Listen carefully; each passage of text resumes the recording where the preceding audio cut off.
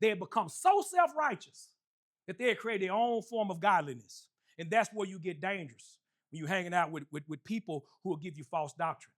I warned somebody just last week about hanging out with a preacher or anyone that gets into this predestination stuff. When you hear someone talk about predestination, run. That's a false prophet. If you go read Romans, that's one of the most areas in Romans, I believe it's in chapter 8, where Paul talks about predestination. You see, God predestined everything for his purpose and manifestation. And it talks about how Jesus chose, right? See, God predestined all of us to go to heaven. But the issue is what Adam and Eve did in the garden, sin issue. God never intended for any of us to have to go to hell.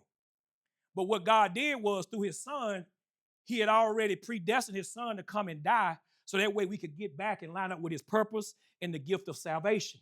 That's where the predestination comes in. But here's where the confusion ain't no confusion with that. And this is why I say you got to be careful with someone who try to get you to rely on predestination. It ain't no such thing, because that's where they get that whole thing, once saved, always saved. Well, who gonna judge if you really saved? God, right? He gonna judge your heart. See, the catch to that is you have free will. You get to choose it. Predestination is already there, but you got to choose Christ. You got to choose to follow these precepts. That's the issue. It's on you to choose it. It's predestined. Yeah, it's promised, but are you choosing it? Or are you trying to live it? Or are you trying to do it the way God say? That's the key. God is going to commend you for doing it.